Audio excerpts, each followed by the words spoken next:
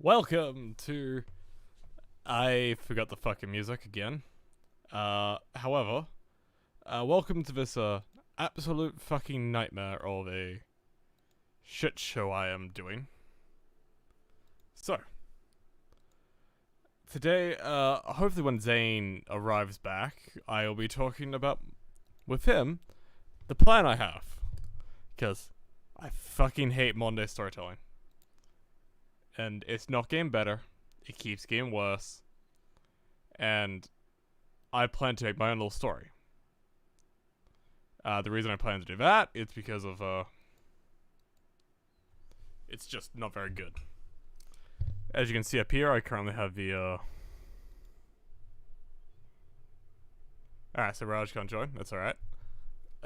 Not great, but it's okay.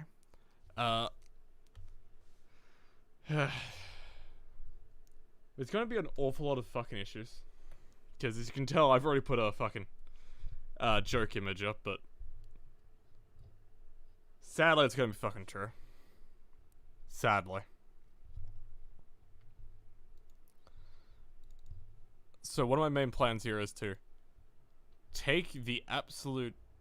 Yeah, music starts playing, sweet.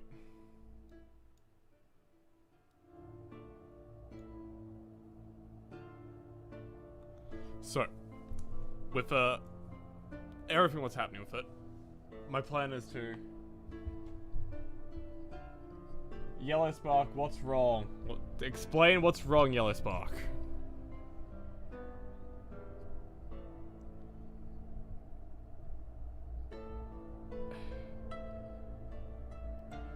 I did something right, I got a 1 like at least.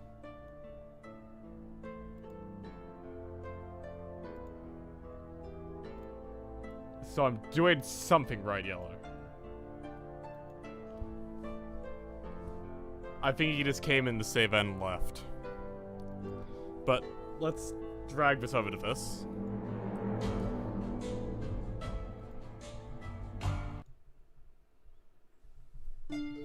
Let's play this one. So I've already started doing some basic character designs.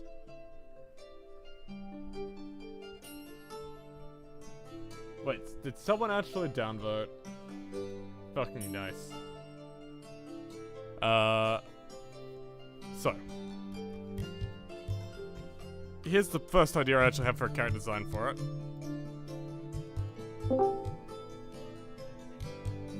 Went with a female character, trying to get some basic ideas in for it. Since it's gonna be a story that mainly takes place in a fantasy universe, because of, reasons. Mainly because I enjoy that sort of storytelling and ways of, you know, action stuff. That's what I'm going for. However, I feel like I'm not getting the character I am thinking of design correct here. I think it's mainly the head that's the issue currently for me. Actually, no, let's bring it down like this, and that.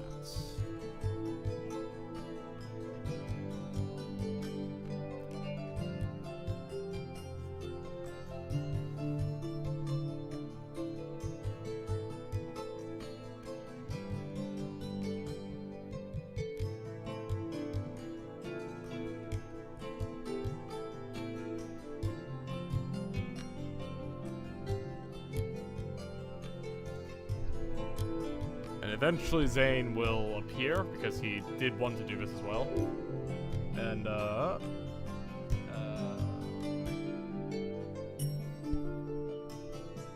give me a second. Alright, so...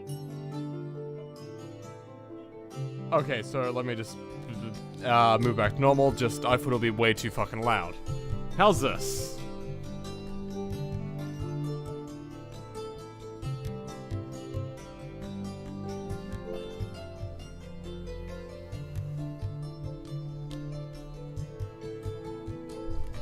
Fucking way too large.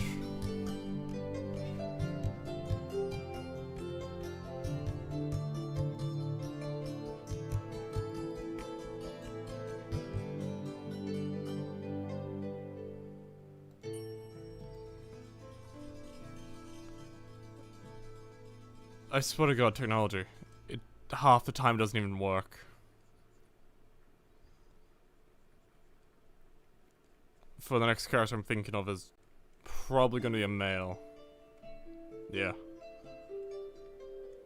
More of a stronger, stoic type character.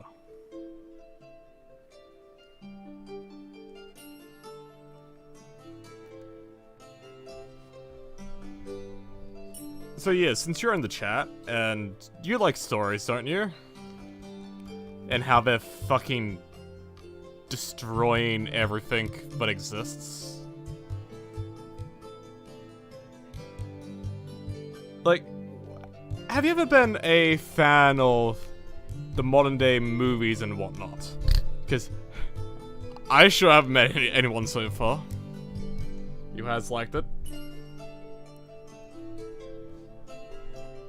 Also, to say to everyone, I actually have put on the ultra low latency. And, nothing's complaining yet. And yeah.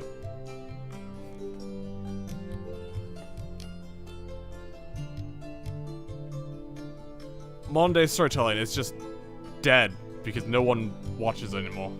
Well, I know anyway.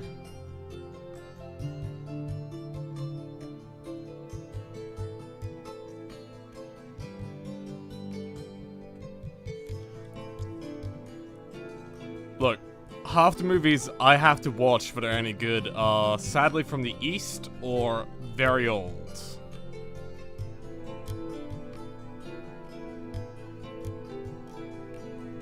There we go.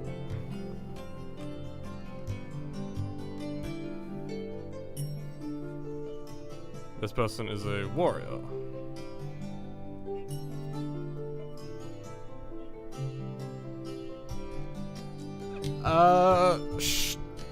Sure. There should be a link in the description that leads me to, well, will lead you to my Discord. Which will then, let you in.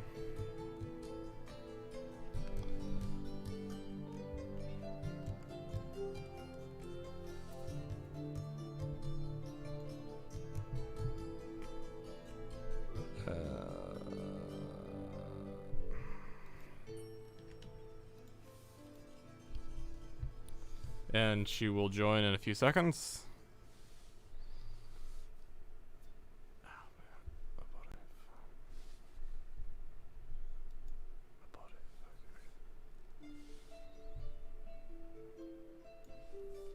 Lower myself down.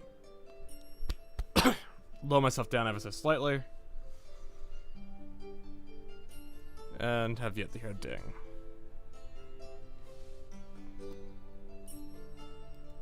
And, of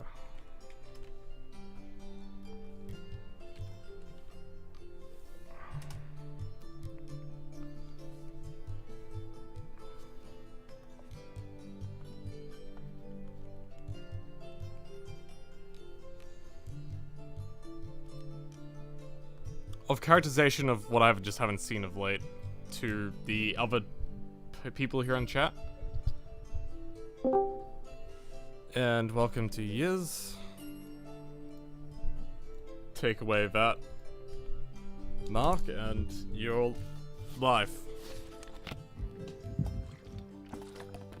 Hey, I just set everything up in Discord. Can you hear me okay? Yep, perfect.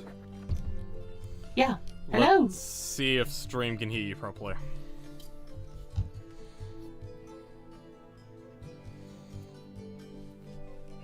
It seems like maybe.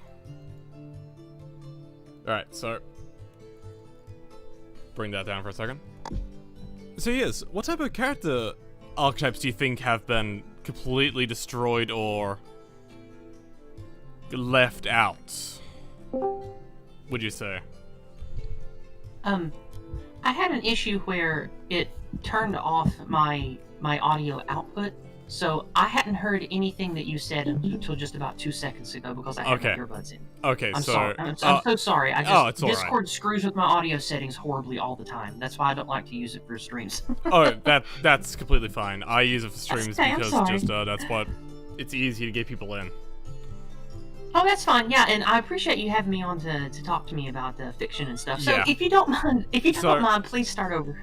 So, what type of characters do you think has been completely crucified and destroyed by modern day storytelling and stuff? What just hasn't appeared? I think primarily the. I hate to sound like a moral fag or like some Christ cuck, but the strong moral hero, the stoic, usually male hero that is supposed to inspire men to be greater. That one's missing, as well as the virtuous woman, the strong, virtuous, moral woman. Like the problem we've seen with the decay of society, I think, it goes back before any of us were even born.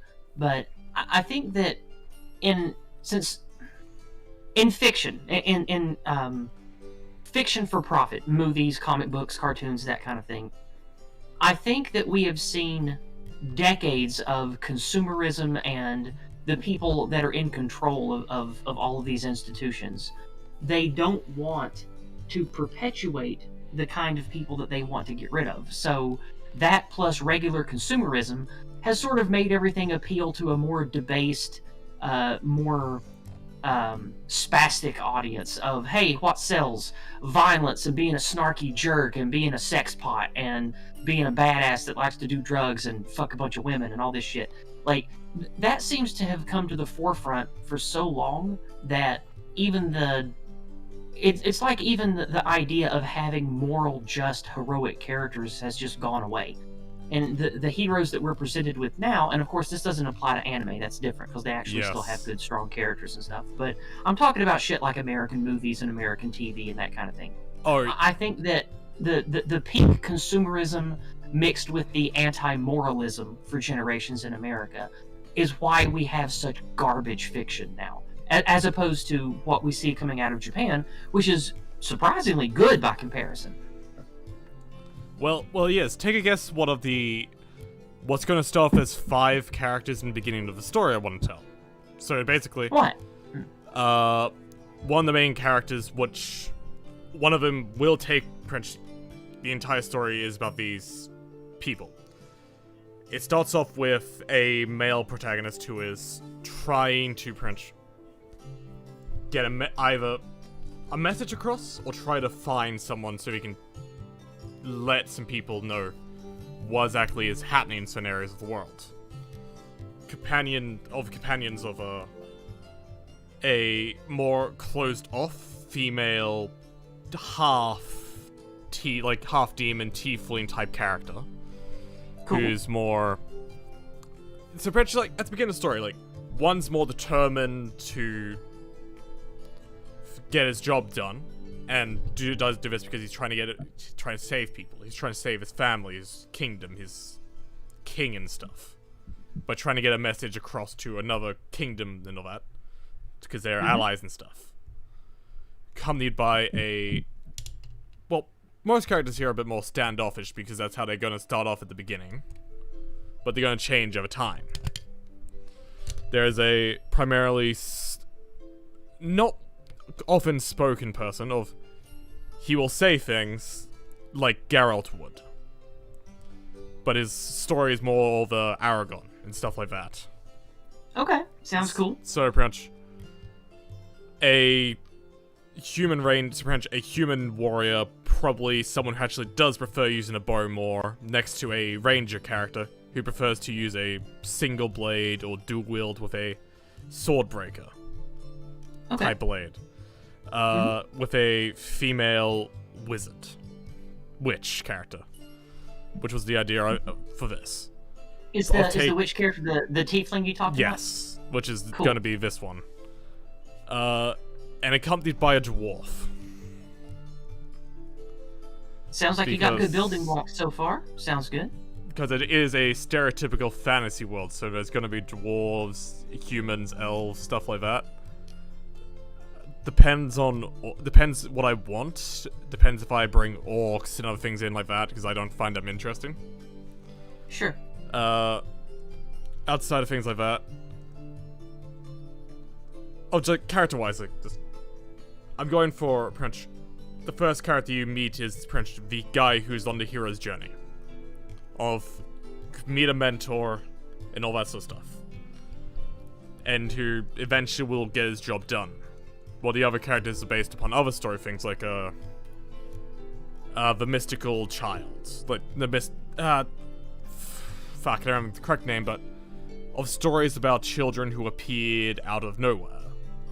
And I'm just gonna pause the music I have playing. Appeared just out of... I can't hear the music. Am I supposed to be able to hear the music in Discord, or is it on the the stream? On the stream. Oh, okay. So the mystical or magical child trope. Yes, where I don't know. I don't know if it has a specific name or not. I've always just heard it referred to as mystic or magic child. It's pretty much is that of a child would appear out of goddamn nowhere to a either infertile couple or a couple that can't have kids in the first place, or if they have had kids, they're a lot older. I'm planning to use that in there as well. Like a commoner couple or farmers that Yes. that find a little child in the rice paddy or whatever, but it's really like a kitsune spirit that wants to learn about human society or whatever. Or that's not just that. Like, it's been a trope that has appeared forever in every culture almost. Well, that was just an example I came up with, because I've been reading a lot of Japanese lore lately, just because it interests me, and I like the setting of Legend of the Five Rings, the L5R setting. It's like magical feudal Japan. I don't know if you're familiar with the setting or not, but I've been reading about it lately just because it's interesting. Oh, that does sound probably better than anything I've heard from, Pathfinders, the writers, and D&D's writers, and things like that. They're mostly paused idiots. Yeah. I just haven't heard any roughly good stories, pretty much, told by anyone. Like, think of... I think one of the reasons that we don't get a lot of stories is, again, because most of the fine story craft that created the tropes that we love, it's a mix of... There is no original story anymore. There's just original takes and original characters of these narratives. And, again, we're many generations deep into the decay of all the stuff we talked about. So it's of no real fault. I mean, you can blame them, of course, but I'm not really surprised that we're not seeing great new epic stories or beautifully written great ideas coming out of gaming writers, because, I mean, that's not really their job. Their job is to sell the gaming product and to put together artwork and mechanics and interesting settings for people to make better stories in. So I don't really hold them accountable for not making great stories and characters, because that's kind of not really their job. Yeah, definitely isn't their job at all. But like, of the actual storytellers and stuff that are still around, there's something about tropes that I do enjoy a bit more of. So this is going to be the basic storytelling premise of the story. This is what sets it off. So, think like Superman. Like, he shows up out of nowhere, sort of thing. Like, adopted by an old couple, learns from them, becomes pretty much human. He is, for all in purposes and stuff, a living, breathing human, even though he's an alien. Right. Lives on, acts like a human, does all that stuff. Finds out he's an alien, doesn't care too much, but like acts as human. He chooses humanity over anything else, which is I find more interesting. Like, it's just gonna turn into Man of Steel sucks because it doesn't tell the story of Superman. Man of Steel certainly sucks, but it has more problems than just that one. Oh yeah. I could write a long list of why it's a poster child of all the things that are wrong with movies and storytelling today. Like, it's absolutely terrible. Or it gets the movie gets worse in repeat viewings because it was the kickoff for the dark universe of what the Zack Snyder universe, which is just, how do I describe just being depressing? It's Only that. It's like corporate emo blackpilling. It's very. It has a disgusting, negative, soulless energy to it, like a lot of the modern movies do, where the heroes aren't heroes and nobody in the story is likable, and none of the protagonists are people that you would really want to be unless you're a shitty person. Like I don't think I can put it any better than that. Oh, it gets worse. So, Pranch, the guy, to my knowledge, didn't actually read anything about Superman. Because if he did, he would actually have understood what was happening. And actually go, he's not Jesus. He is literally just a human. He is an average human who just has powers. In all reality. He's an alien, but he acts as a human. His main core part of him, he is human. He has humanity. He has a human soul. And to what Theo asked, what's going to stuff is the 5 main characters of a story I want to tell. Which is the human guy and the guy that he will become friends with, the ranger, and the tiefling-like caster, and then the dwarf you talked about. Who's the 5th one? The 5th one, I'm probably going to have it also be another caster type person. Okay. So you got 2 warrior types, a dwarf type, which is like, is he going to be some kind of non-combatant, or is he going to be some kind of warrior, or he is going to be a warrior and stuff. However, okay, he's a dwarf. He has crafting skills and stuff like that. So he can fight, just he's not going to be as powerful as a guy who literally wields a silver blade, someone who can cast spells, someone who can command nature and stuff. The other thing that you're drawing is this going to be the magical child? Is that the 5th one? The magic child is the ranger. The magic child, the ranger. Okay, sorry. Yes, because this is it'll be a long story of who exactly his parents truly are. Because at certain points, it's going to show off. Yeah, this guy has abilities that do not match with human traits, and doesn't even match with your parents were sorcerers and stuff. And you have latent magical abilities. This is more of a, you have the power and fight of a higher being or something. Think more of a old, Hellenistic hero. Okay, cool. Sounds good. The idea I have is, alright, so one of the story tropes would have kind of disappeared, so we don't actually have many of the, say, Hellenistic characters. So, pretty much heroes that are pretty much gods, but they are weak. Like they share humanity, but they have special powers. They can do things and stuff like that.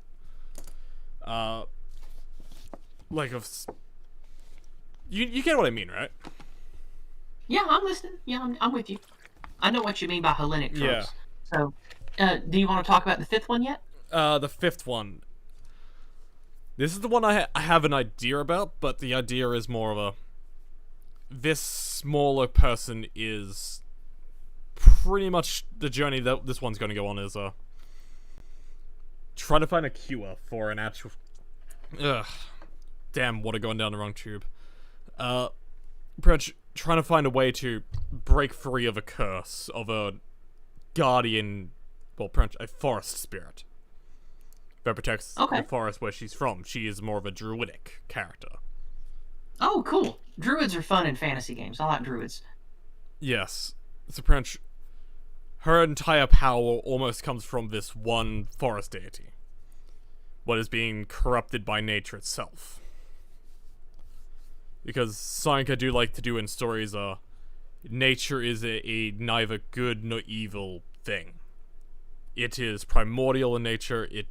It's primordial. It is something that's existed forever and does not care. Humanity and other races and other creatures need to fight against it, but also work with it to survive. Because that's how nature is. You need to fight against it and live with it.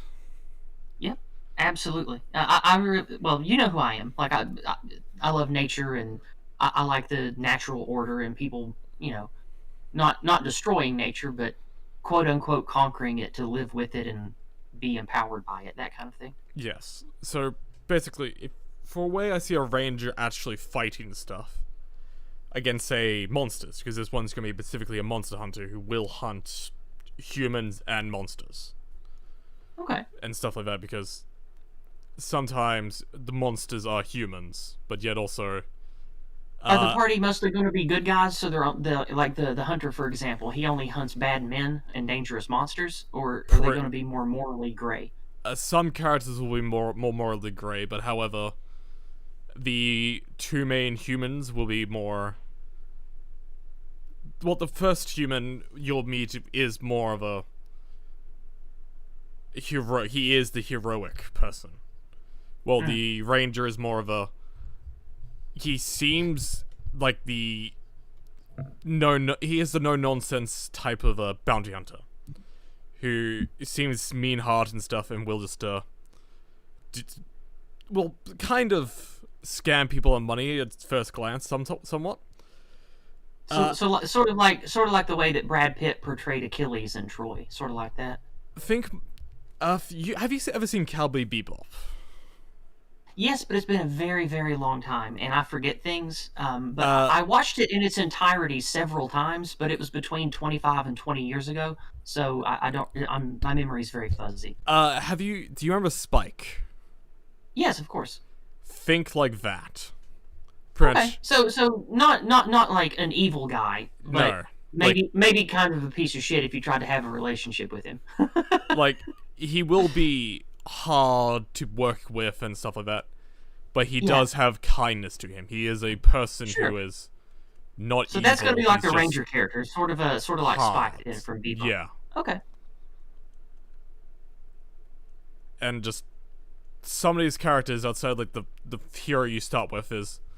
Now, I don't mind the storytelling of the hero slowly becoming more jaded and stuff, because their life is being... Well, you know what happens when you're on the road and you have to fight. If you want to have a moving story, the jaded part or the downtrodden part of the relatable primary protagonist, it's important to bring that person back and have him have an arc to where he realizes that he shouldn't be jaded, and that it is a strength and a power to be good. And that arc at the end is really important for inspiring viewers and making it a good story that will make it memorable and something people cherish, in my opinion. Oh, that's my plan. Like, the vast majority of these characters are going to go through proverbially hell and back multiple times, because it's going to start off with 5. Like, this entire idea is you're going to start off with a small band of people as they're slowly growing in people. As they're slowly going down the cards of fate. Okay. Sort of thing. Like, some characters are more of the main character to end with. Like, someone will be the main character towards the end, to where the main character you start with will be there, but he's not the main character at the end of the story. Because towards the end, it's someone else's story as well. Because that's what I plan to, is like you start off with one story, with the other stories being told in the background, as the next person takes their story and stuff, and so on and so on. That's my actual plan for it. Okay, sounds good. Is this going to be through the lens of storytelling with role playing, or are you going to make like a visual novel, or what's the plan here? Well, I can currently create comics and actual stuff like that on my R program, French inbuilt. So that's going to be my plan. Like, literally go in, use whatever I can find as references and stuff like that, and do it that way. And just actually make a full-blown comics and just post it. and just do stuff with that. That's my actual idea. Is like take what, say, it's the old hero who has already done his journey, who's went on his journey and stuff. Pretty much his role is to become the mentor of the next heroes. That something Okay. will appear here. Instead of something like in Star Wars where Luke hides away on an island wanting to die. I Instead think of Star that, Wars is a bad example of storytelling. I think it's terrible. especially the new ones. The new ones are horrible. Yeah, I But mostly meant everything in the modern era. yeah, And the prequels were pretty bad too. the prequels And were bad, even the but original movies I thought were just serviceable with story. Like the story wasn't really anything that great or special, but at least it was a proper story narrative through the first couple movies, and that's probably because George didn't have as much control as he did in the prequels. And then of course the Disney ones are just abortions. They're terrible. oh yes, anything to do with Disney, I found is, yeah, they're gonna be utter fucking abortions, as you say. Yeah, they're pretty awful. But Disney makes terrible stuff. yeah, just oh boy. Hey, hey, alright. Do you have any words to say on modern day storytelling and questions to ask? Um, I'm trying to think, because I just hopped on, but if anything, I think a lot of the time with stories nowadays and just like narratives, they they tend not to follow archetypes as well of, and not necessarily just individual. Like, if anything, if they do have certain archetypes for certain characters, I'll try to find, like, for example, you guys were just talking about Star Wars, like, um, they might apply an archetype to a character, with the, like, let's just say the prequels, because I don't really want this to turn into a Star Wars stream, obviously, but Oh um, no, I've already it's yeah, already the moment you bring up but Star Wars, like there's 15 people who have their own opinion on why it's going bad. yeah, it's like, so I don't even necessarily want to relate it to Star Wars in general, but Oh, you the can relate it to anything you want. yeah, that's why I was just like on the spot. But I'm trying to think. Like, basically, my point I want to get across is that nowadays you're lucky if you get a character with a certain archetype who will play out with that archetype throughout the narrative. But if you do, the main problem with contemporary storytelling is they don't follow. I would say they don't necessarily resemble old, like, tropes. Um, so, for example, a trope you would say would be like something like a epic poem, like the Odyssey or the Iliad, obviously being one of Or the Beowulf. oldest stories. Yeah, it's like, I think the reason why a lot of times when we tell stories through media nowadays, we tend to have just, oh, this happens, then this happens, then this happens, and then it ties up into a bow. But, like, it's just very simplified, like, clumsily thrown about plot points, basically. So, like, oh, let's throw in a conflict, and then we'll throw in a solution to that conflict, or maybe it's not fully solving that solution or conflict or whatever. But I think what's out of touch with today's storytelling is that it doesn't follow necessarily old tropes. Like, they're trying to define their own identity when they realize they're not using anything to form that.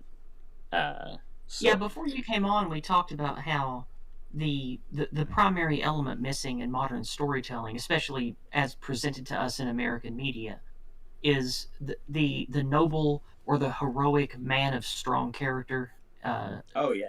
is gone, and the virtuous woman is basically gone too. Everything has become like anti-hero, sex pot, sluttiness. Just it's all debased and corporatized and gross.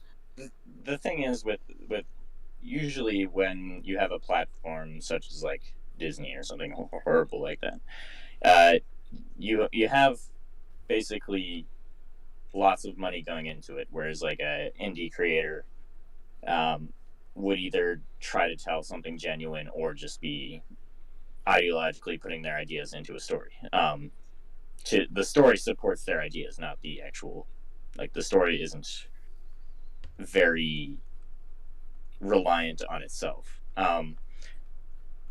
What's interesting though is because I'm kind of like forgetting where I'm at. But All good. the interesting though thing is that, like Yiz was saying, with how everything's corporatized, most movies or like content in general is used to sell something or advertise. Um, Especially from the bigger movie studios and the television studios, they care about syndicating ad revenue and selling merchandise. That's it, what they care about from the inception. And so for the last 30 or 40 years, people that are involved with that system are self-selected by that system to capitulate to those demands. And so you've that system naturally filters out people who have genuinely good story ideas and understand fiction and what a moving story is. So not only are they purposely kept out by, like the whole anti-woke, anti-Western woke crew and all them, but they also don't want to be a part of it because they don't want to be stifled by what they no doubt would consider to be, antithetical to proper storytelling and a good narrative. So you get independent creators, you get small studios that actually make the good stuff that comes out these days. yeah, it's definitely used to justify something like selling merchandise outside. It's used to basically propagate the company that's making the story. Um, Obviously, to some extent, you have to do that in order to keep making movies, for example. But when you've done it so much, you don't have an identity left.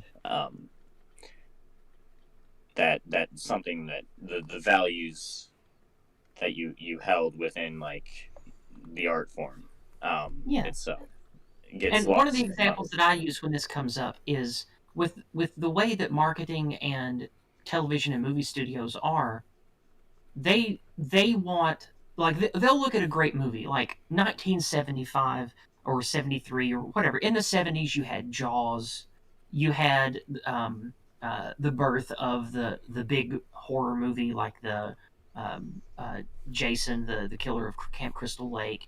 You had the first Star Wars. You had really big things that became really iconic, right? And as that progressed, you had things that aped off of that success in the 80s, and you had bigger and you had more repetition of those type of quote unquote blockbuster movies, which spilled over into television in the 90s. And these profit seeking entities, they want as many Jaws, as many Star Wars, as many uh, what are the Jason movies called? I don't know much about Friday them. the They're 13th, called maybe. Yeah, Friday the 13th. That's it. yeah, Friday the 13th, right? Like they want those 20 times a year. You can't Yeah. make something great and legendary and unique on an assembly line, but that's what they want. And that's why we have nothing but trash now, is because you have uninspired people being overworked, and it only attracts people that are willing to do that kind of crap, all in service to greedy people who don't give a shit about a good story or art at all. They just want money or prestige or whatever. And Yeah, so like they just want, it's like, oh, well, what do you want, producer? What do you want, Fat Cat CEO? What do you want, marketing executives? They don't give a crap about a good narrative or inspiring people No. or instilling good values in young men to become heroes in their community. They don't give a rat's ass about that. They want to turn $1 into two, and they want to muscle out the other competition. That's what it's all about.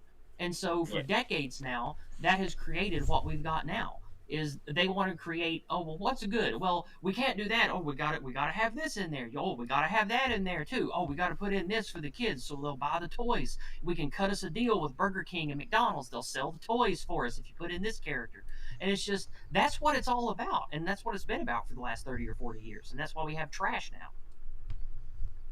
Yeah, it's definitely lots of cookie cutter trash. Like, but I think with culture around, not even necessarily like storytelling, but the like to help relate it to the idea.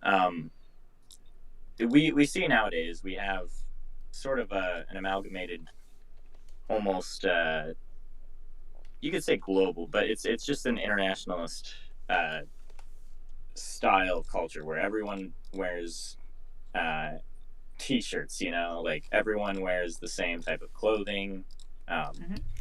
Everyone buys the same things. It's sold to just product is sold to international markets, whether it be entertainment, such as like video games Yeah. or movies, and so everyone can access that stuff, and it's very profit driven, obviously. Yeah.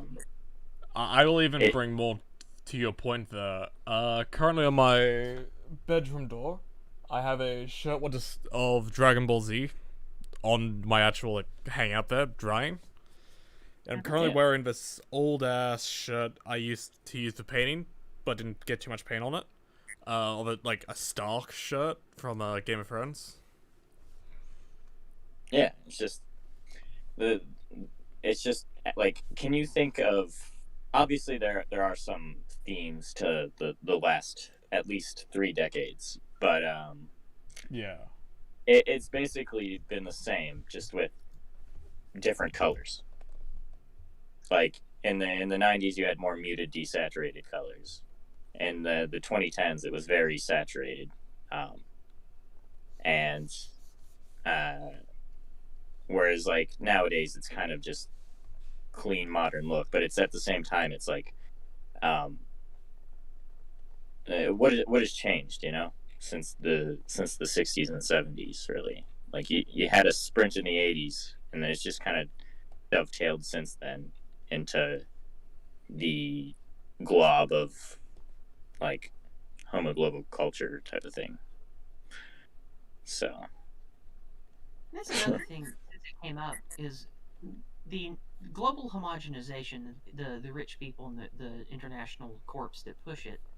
One of the reasons that I think we have really weak, bad storytelling and poor characters is to have a strong character and a strong narrative. It has to grip people on things that are deep in them, things that really matter to them.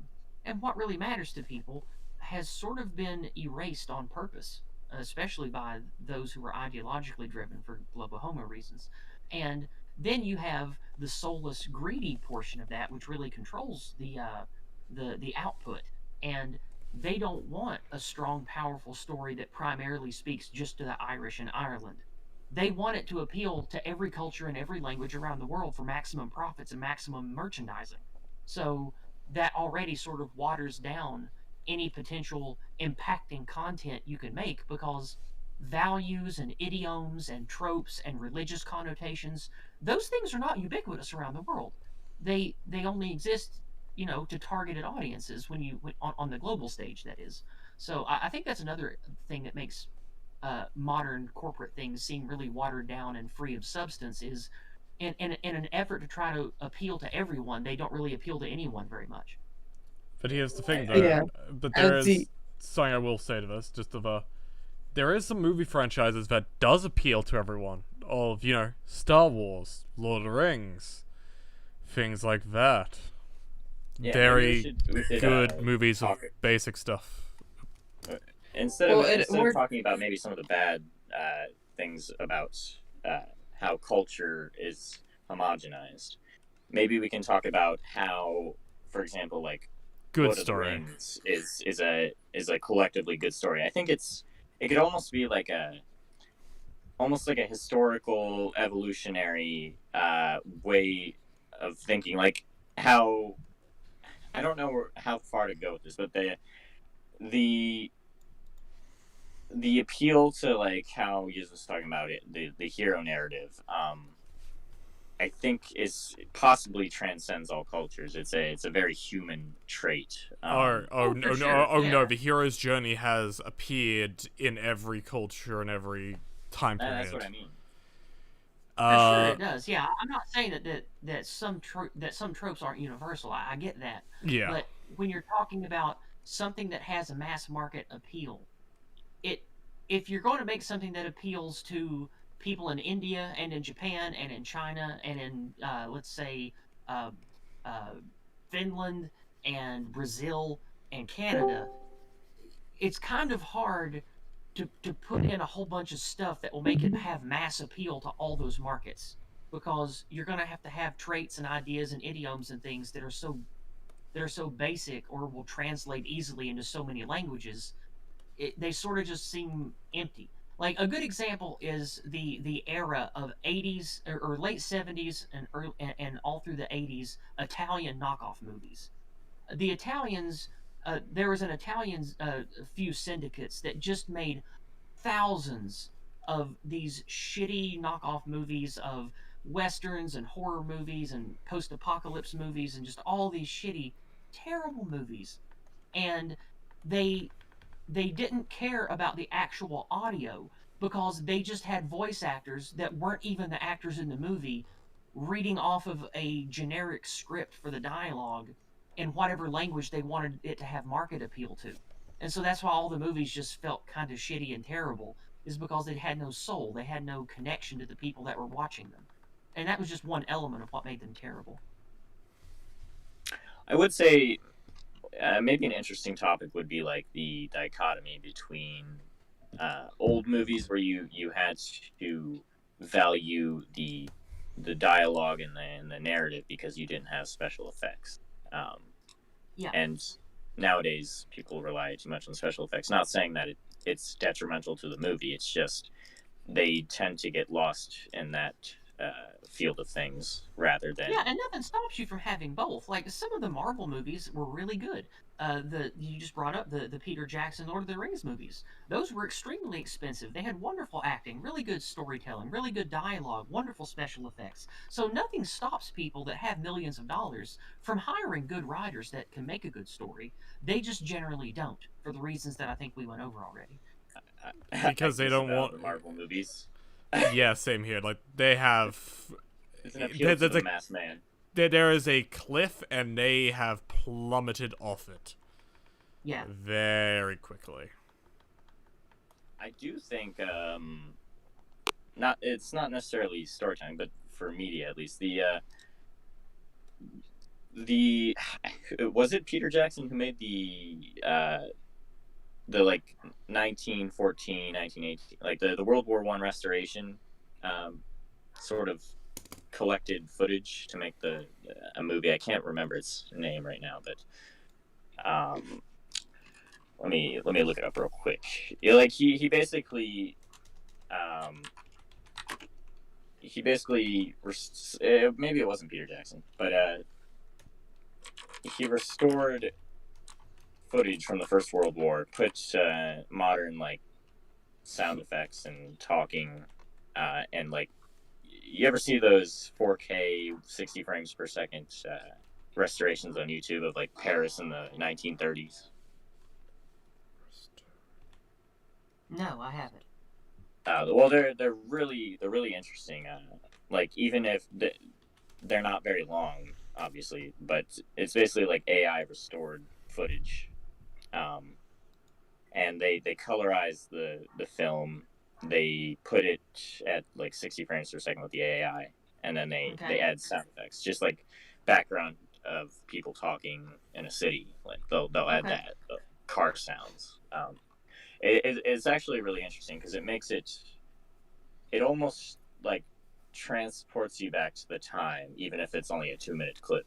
And Did you find any you clips? realize how similar life was in a way, and yet so different because it's just so long gone from the authenticity of it. Yeah. Would you have any links to that, though? Oh, Theo does. Okay. Yeah, there's one in the stream chat already. Yep. The movie I was referring to was They Shall Not Grow Old, Peter Jackson. It's basically like a documentary style, I guess. Yep, Theo did post that as well. How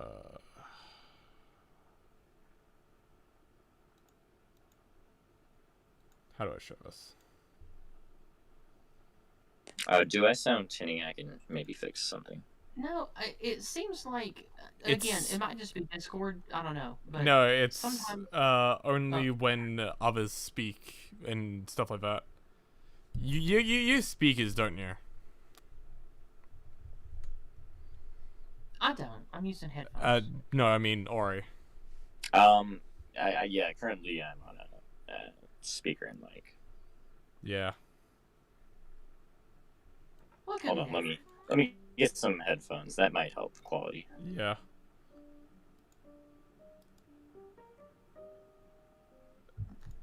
This is probably actually gonna get me a copyright strike. Probably. But let's get just like he's saying, like just showing this quickly. Sure. Not gonna show it for long though, because oh boy. It's good. They did a good job. Oh, they bloody did. Yeah, it looks really cool. And this is when the 20s, the 30s. When is this supposed to be? Somewhere on there, yeah.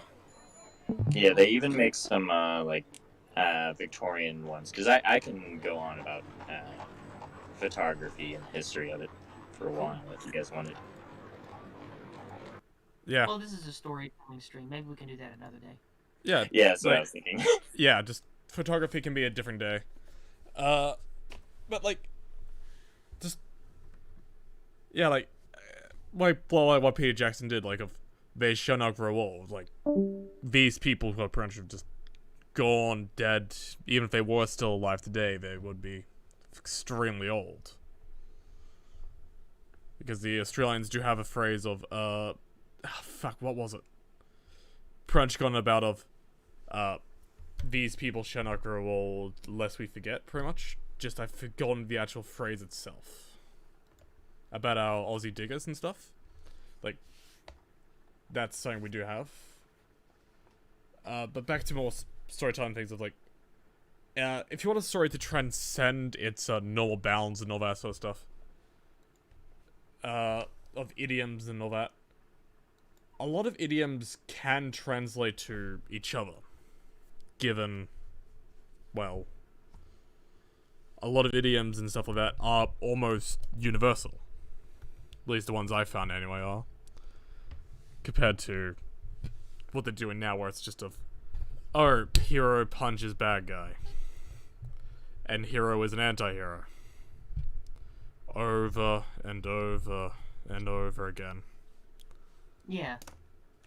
Compared to... I lost interest in syndicated media and Hollywood stuff maybe 10, 12 years ago. Because a lot of the stuff that came out in the mid-aughts was just, I don't know, it lacked substance and heart to me. And then the more trailers that I watched up into the teens, I was just like, man, this just looks terrible. And so I sort of just lost any interest in watching television and movies and anything. I haven't even owned a TV in like 12 years. Yeah. How does this mic sound? Not too bad. Like, if you... With most storytellers, I find it, like, just... the old ones, they do lack substance and all that. Like, what was the major hero what people can remember easily? And then tell me at least 2 to 3 things about them. There wasn't a reboot or a remake character. In what time period? What are we talking about? Recently. Like, the last 10, Recently? 20 years. Give me a minute. There wasn't like a reboot, a remake, or a Something like that. People really liked Neo in the Matrix. I guess you could say Lord of the Rings. He was kind of. Oh, I'm trying to think of something new. Yeah. Yeah. In the first Matrix, I didn't really care for the second two Matrix movies. They were okay, but in the first Matrix, you had a guy who was just kind of a downtrodden cog in the corporate machine, and then he realizes all the magic stuff that's going on, and it's like, whoa, and he actually wants to do something about it, and he does become a hero, and he wants to be the hero for good reasons, and a lot of people in the dystopian cyberpunk setting that we actually live in, they really relate to Neo, and he is kind of a good guy and a hero. So I think that's a good example of something new, a new idea in the last modern generation or so that could be considered a proper hero, I guess. Do you guys agree, or do you think I'm off base? I do think Neo is the only more recent character that you can actually show of having the hero's journey and stuff like that. Yeah, yeah. Especially when you take the second movie, where he is more understanding of his powers, but there are struggles, and he realizes that I forget the name of the human dwelling outside the Matrix. I forget it, but they have problems, and he's got life problems, and people around him die, and there's conflict, and Agent Smith gets more powerful. And then in the third movie, where he meets the architect and loses the girl, she gets killed, and all that. Like that's a pretty good example of a well structured. Even if you don't like the movies, if you take away all the crazy stuff and the weird heady things, it's a pretty well structured hero's journey, and Neo pretty much remains the good guy hero the whole time. And by the end of the movies, he's still the hero, and I think that people that are invested will still be inspired by him and think that he did the right thing. So I think that's a pretty good example of a modern era hero. Yeah, I'll agree with that. That's probably one of the more recent characters I could think of what people have made. The next... I've never seen Matrix. I have seen... but I haven't seen enough of it. I have heard people give the base... Watch the first one. Just watch the first one and don't get invested. The first one is really interesting and iconic, but the next two movies, in my opinion, I don't think that the Wachowski creatures, not brothers, faggots. There we go. The Wachowskis. I don't think they should have made the next two. They should have just stuck with the first one. Yeah, and we'll be back in a second. Just no problem. Yeah, I'm with Continue. you, Theo. I can't think of any. Theo, I like I said, I sort of disengaged from media and movies and stuff about a decade ago, so I'm not as up to speed as I used to be because I sort of just lost heart about caring about any of it. But when it comes to the big ticket movies and shows and stuff that I have glimpsed in the last decade or so, I can't name a single person or story that presents an actual hero or an actual virtuous noble woman doing good woman things. Like almost all the characters that I've seen are sort of empty space holder characters, like your Star Wars characters, your Marvel movie heroes, that kind of thing, where they're kind of empty of substance because people going into it already know it's a comic book. They already know that it's fake, or hey, this is just a face and an actor pretending to be the action figure that I've seen 20 actors do visuals and voice work for. So I don't really consider that a good hero's journey or hero story. And pretty much the only memorable stuff that I can think of, like the Joker, that's a good one. He's not a hero though. Like he's not someone to emulate. He doesn't have a good arc. He has a terrible arc. He has a not just an anti-hero arc, he's the fucking villain. Like it was a villain arc. And then if you look at another more serious telling of comic book stuff, like 10 or 12 years ago, or maybe even longer, I don't remember, when the Batman stuff got rebooted. Uh, the Bruce Wayne guy, he wasn't really that likable, and he wasn't really a hero either. He was a rich guy who had mental problems and created an entire oeuvre for himself to be a vindictive jerk, where instead of using his billions of dollars and his connections, he wanted to create some kind of vengeful anti-hero vigilante for himself. And so he's not a hero either. He's just an asshole. So there's not a lot of examples I can think of even good movies that I've liked that actually have good role models and good heroes in them. That are the main characters anyway. Yeah, it's interesting. I've thought of two movies, and I'm not entirely sure how well they qualify as a hero story, but Sure. I thought Life of Pi was really good. Never saw that. It's a beautiful movie, cinematic wise. I saw The Atomic Kid. That was pretty good. That was a good, fun, jokey hero story. I liked that one. That was pretty good. You seen Atomic Kid? Oh no, I haven't. But I've seen that. I think I've seen the trailer for it a while back. Yeah, like with Life of Pi, at least he's just on a boat with a tiger. The movie starts off with basically like it talks and explains a little bit about how like he ended up on the journey, but then it starts with the exposition, and he's on a cruise liner moving from India because he had some backstory in India, and I think he's moving somewhere, and then the like freight liner they're on basically capsizes in a storm, and that's how he ends up on a lifeboat with a tiger because they were transporting zoo animals, so that was interesting.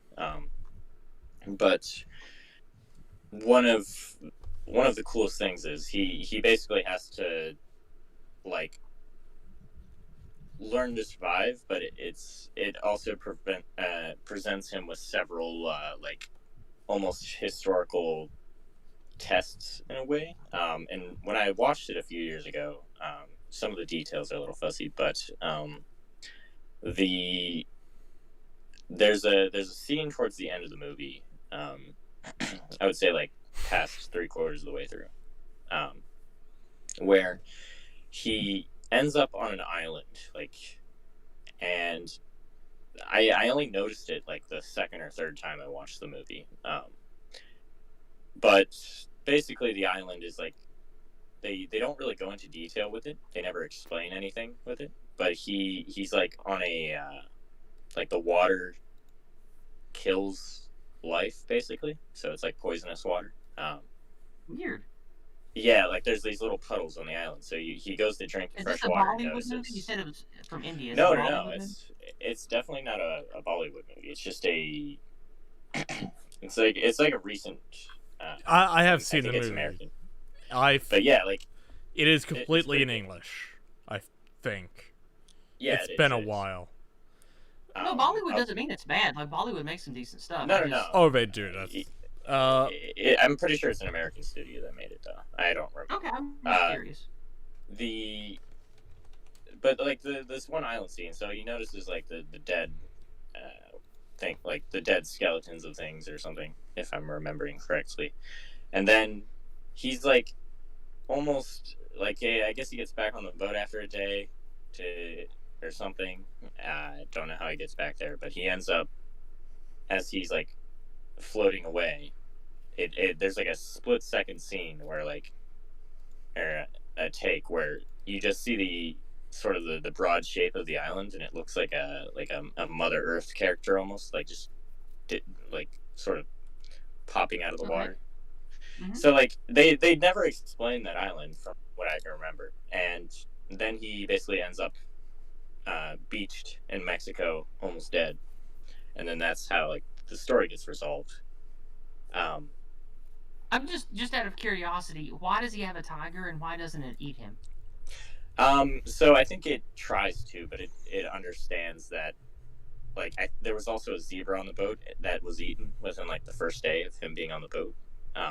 Because it's a decent sized lifeboat. I think the first couple days he basically floats like on an inner tube tied to the boat, so it's like away from the boat where the tiger can't get him. The water was poisoned though. No, this is the ocean.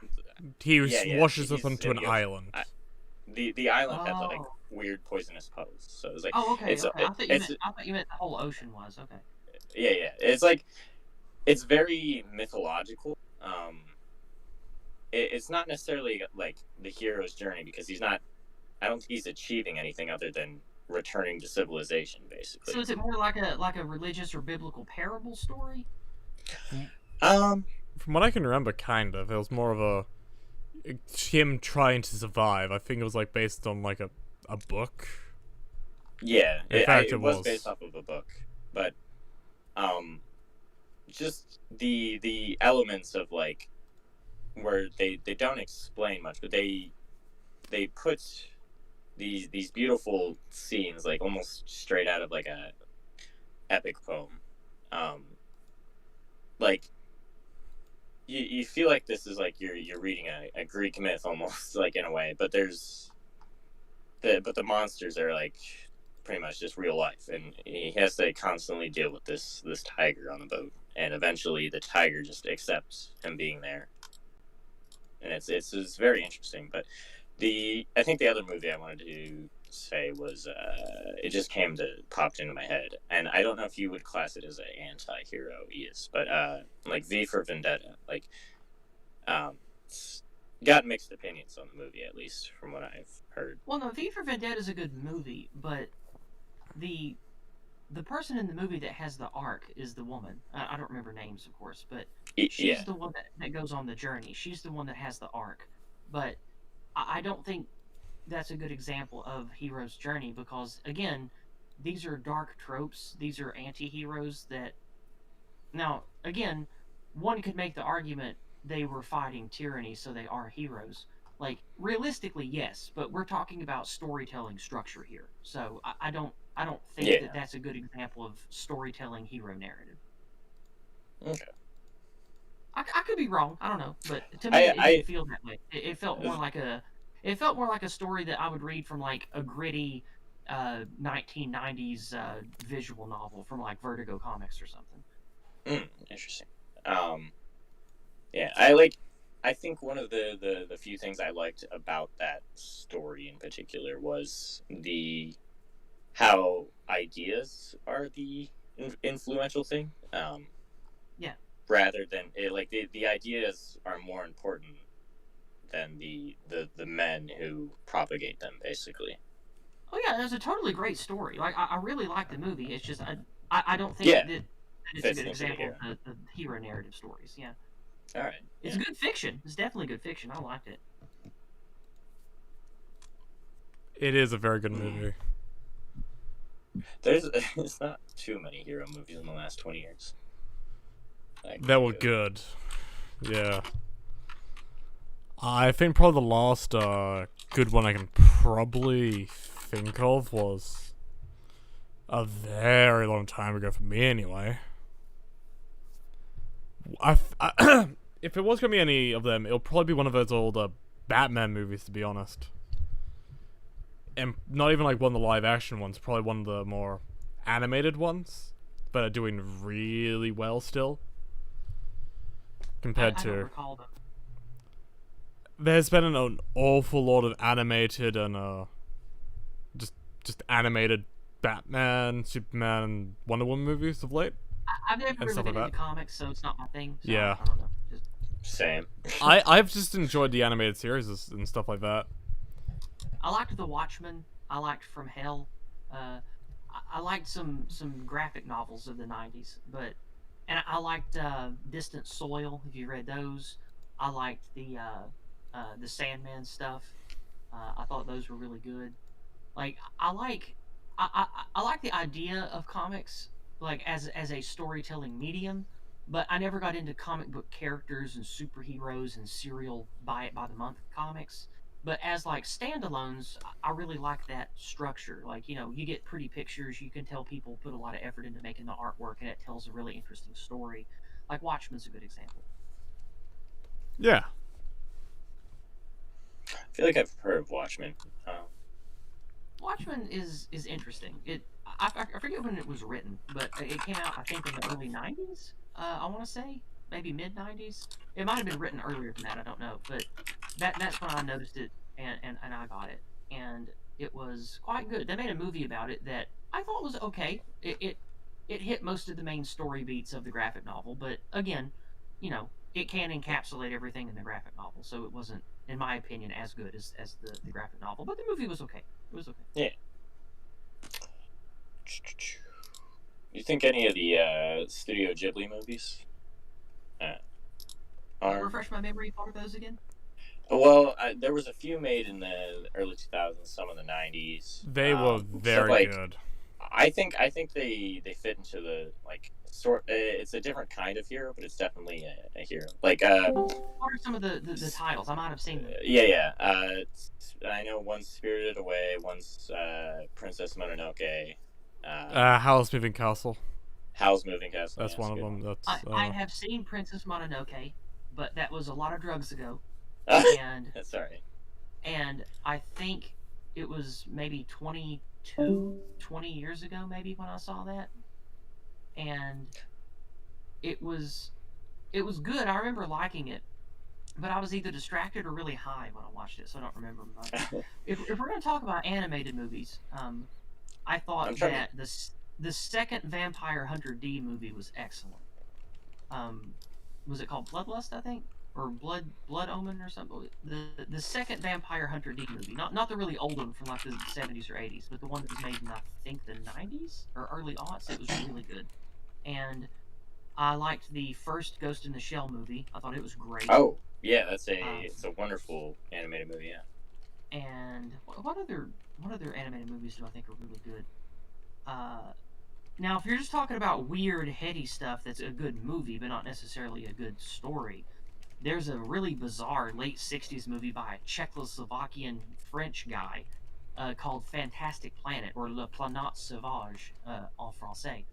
And it was really weird, heady, sci-fi, trippy movie called Fantastic Planet. It was pretty good. Then there was Light Years. That was really good, featuring Mark Hamill. And I'm looking at some images. Then there was Wizards, Wizards, which was again, really weird, dark, heady, sort of like mix of heavy metal and acid trip movie that was really interesting and good in the early 80s. Let's see. Not animated, but animatronic. The Dark Crystal is a really good hero story. Oh. You see The Dark Crystal? Ooh. That was made in the 80s. You seen that? How do I explain Nightmares? Oh, yeah. Bad? No, just terrifying. I just never liked. So, the best way to describe it: just imagine a very small boy watching this animatronic movie with these weird ass looking puppet creatures. Yeah, I can see how that might be disturbing. I've always liked puppets because I think they look more realistic than cartoons, but you can tell that they're not real, and I think that makes them look at the same time more real than real and scarier than something real. And they have this really unnerving fantasy quality to it all. I really like it. I can give you another example of a more modern movie that I think was made in the late 80s. It's called Krull, Krull. A really good fantasy epic. It's better than Star Wars. It's better than pretty much any fantasy movie I can think of the 80s and 90s. It's called Krull, Krull. You should look that up. In fact, we should watch that together one day in the Cabal or privately here. Yeah. It stands out in my mind as one of the best movies that stands the test of time. It has good gender role support. It has good male and female characters. It has good male and female villains. It has a lot of the good story beats of a proper epic story of a hero's journey and a hero's quest and fighting to save your people, fighting for what's right, that kind of thing. Some of the quote-unquote villains are actually fallen heroes that didn't make the test. It's a really beautiful, good story, and it stands the test of time. I watched it last year. It's a good movie. Yeah, all right. Eventually, we're gonna have to watch it. Yeah, sure. Here's a few movies. Iron Giant. There's a bunch just by. And that's Waltz with Bashir. And just to say on the Dark Crystal, in both chat and currently on stream, this is the creature that gave me fucking nightmares, even though I think it's from the newer version of it. I don't remember which Skeksis that is, do you? No. Just these things, I can barely remember the noises they made because it was so long ago. Wait, did they actually make those noises? That's scary. I have the movie somewhere. I'm gonna have to watch it. I watch you while you sleep, Calroyns. Oh God. Have you ever seen Paprika? Paprika? No. Well, it's similar but different to Ghost in the Shell. It's not the same themes as Ghost in the Shell, obviously. But like similar art style, almost in a way. Have you guys heard of Bridge to Terabithia? I've heard of it, but I never saw it or So, read it. It's probably a novel first. Yeah, I think it's like it was a novel first, but it's basically like the story of two kids. But I do think it has some sort of hero element, and it ends up just being a sad movie, but at the same time, overall good. It retains that like adventuring, what you want your youths to be out doing with imagination and sort of being their own like heroes type of thing, working for something better. But yeah, the movie at least ends up kind of sad, but I think in the book, like one of the major plot elements, like one of the major climaxes, I guess you would say, is like the opposite of what the movie is. So like really changes depending on what you. It's called Bridge to Terabithia. Yeah. Bridge to Terabithia. My brain remembers that. Is that from the early aughts or the 90s? When is that from? Yeah, I think it's the early nulls. Yeah. I don't think I ever saw it, but my brain remembers either watching a trailer for it or somebody telling me about the books or something. I don't remember. It's in my brain for some reason. Pan's Labyrinth reminds me of Dark Crystal. I have seen Pan's Labyrinth. Yeah. Oh, that's Pan's Labyrinth. Isn't that the one with David Bowie? The Pale Man. I don't know if it has David Bowie. Here's another good weird movie. That's a good story. I'm linking it right now. It's called Mirror Mask. And this is another one we should watch together. If you want good inspiration for inspired storytelling that's weird and has a different twist on things, this is a really interesting, bizarre movie that we should watch together. It's called Mirror Mask. Okay, I am actually gonna have to watch Pan's Labyrinth because I think I get that movie confused with the one with David Bowie in it. The Labyrinth. The Labyrinth, yes. That's just the Labyrinth. Yeah. The Pan's Labyrinth is really interesting because that's a Guillermo del Toro movie about the young girl, right? Yeah, the backdrop is is really it an interesting. Italian or German officer in World War II? It's Spanish, basically World War II, like almost towards the end. But it's just the backdrop of that is interesting because she's like, in a way, she's dealing with the. I think the little girl is dealing with like the horrors of the war. Yeah. But it's a like, great movie. also, I've seen it twice. It's very good. Yeah, definitely. The Pale Man is probably like one of the scariest human creature designs that I've seen in a while. Yeah. Speaking of scary movies, normally I think horror movies are stupid, and I especially think that movies made from comics and video games are usually stupid. But I found the Silent Hill movie pretty good. Did you see the Silent Hill movie? I actually have. I liked those, like unironically. Oh, there's more than one? Yeah, there's a few. Okay, when I say it, I have to justify. I liked the first couple. I think the rest just I've only action. seen one. It was the one that came out a long time ago about the short-haired blonde lady. I think I thought there was only one, but I was surprised at how good it was. It was an interesting story. It was creepy.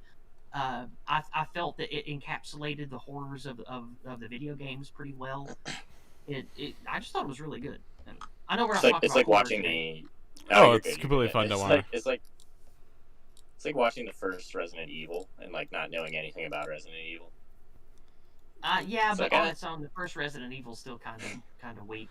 But the idea of it isn't bad. It's kind of like it almost seems like a cheaply put together movie, but like the idea of the I story is kind of interesting. I do have a question about Pan's Labyrinth. So, is the image I just posted in stream chat the pale man?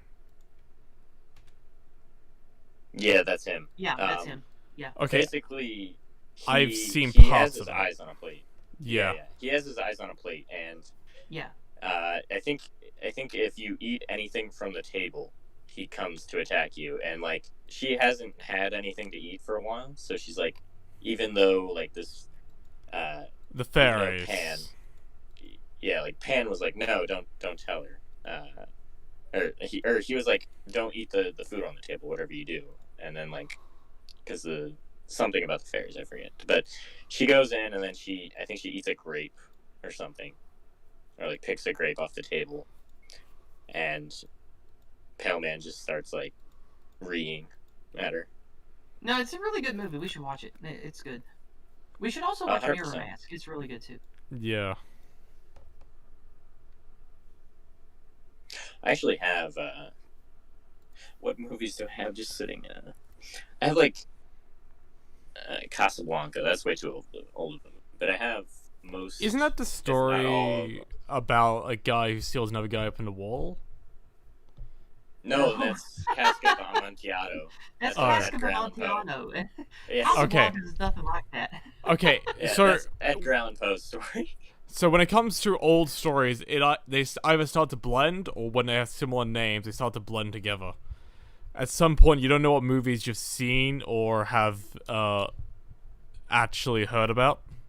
If we're talking about movies much before the 80s, it kind of doesn't land with most people these days. So I try to keep things more current. Yeah, I do like slow pace like movies like that. Like, How do you feel about Kubrick's 2001: Space Odyssey? Haven't it is seen a it. little too slow. It is a little too slow, but it's Okay, it's too slow. kinda I- interesting. Because I liked it. It's one of my favorite movies of all time. I really I'm like. not saying it's I really like bad. I think it's a really good movie. I just think the Oh, no, pace is meant to be. Again, there's no accounting for taste. I'm not saying that you have to like it. I'm just saying that it's No, one of my no. personal favorites. I But will yeah, like say this about like Space Odyssey. I've seen it, but I haven't actually seen it because guess what people do with Space Odyssey and other things like that. There are an Yeah. awful lot of memes and stuff of the HAL 9000 stuff and the space baby Oh. scene stuff and the monkeys and the things like that. Okay, I got you. Pretty much, you will see. You have never seen the movie, but yet you will have seen it because everyone uses it in the goddamn video essays. Here in a few minutes, I do need to get off here. I gotta do dinner and hang out with my husband and do stuff for a while. But is there anything in particular you want to chew the fat about before I get off here? At the moment, I may bring the stream to an end because I think I've taken everything I can for it. Okay. And character design is pretty much going to be the next thing where I sketch it all out, try to plan it and stuff like that. Consult I had fun Raj. talking with you today about Yes. story stuff and movies and whatnot. And if you do want to have movie night sometime, we can get together some people that want to watch actual good movies and pay attention to them instead of the usual riffraff in the cabal. And Yes. we can actually watch some serious movies and have some serious discussion about them. Oh. when we're done. Oh god, if I have to watch another fucking 80s movie, like a shitty action movie Wes You could keeps just putting look- on. all you have to do is watch Lethal Weapon, like the first two, and you have an idea of how all 80s movies are. I've Well, seen quite a lot of 80s movies, and I fucking know how that's gonna go. I don't think I need to actually Well- see Lethal Weapon and take a guess how it goes. Then in the upcoming weeks, maybe we could formulate some kind of group time or Yes. I'm sorry, event time to have an event where we watch stuff together. I would enjoy that. Yes. And I know that you guys in here would. And Theo is the only other one listening. I'm assuming that we would have at least 5 or 6 people on board, if not more, to have serious, meaningful, creative movie watching time together. Because it's, as fun as it is to laugh at Clown World, we do need to be inspired by truly great works of art and try to make better ourselves. So it's good to watch good stuff sometimes too, instead of just laughing at trash. Yeah. Speaking of which, there are movies I need to show certain members of the people here because they haven't seen these movies yet, like Star Wars, Lord of the Rings, Van Helsing, stuff like that. You know, movies that are The live action one or the animated? live action. I saw that and I thought it was okay. I didn't think it was wonderful, but I enjoyed it and thought it was pretty good. Now, I will say it is a trashy action movie. However, it's fucking great. It's just there's nothing wrong with that. Just the way they do it, like the fight scene in the beginning with not like where they was either father or just a normal priest was watching like the tapestry transform into a fight of a vampire and a werewolf from two knights. Yeah, it's pretty cool. That was it was good stuff. Beautifully, and just beautiful. Sorry, it was just beautiful. I loved it. Well, then, Cal, let's be in touch the next week or so, and let's definitely schedule a time to watch. I want to at least watch Krull with you. Yes. Krull, in my opinion, is a must-see, and I would even host that if you want me to host it. Oh, please do. And I'll have to replug in my movie drive, not movie drive, my CD player, because I have these movies I'm talking about.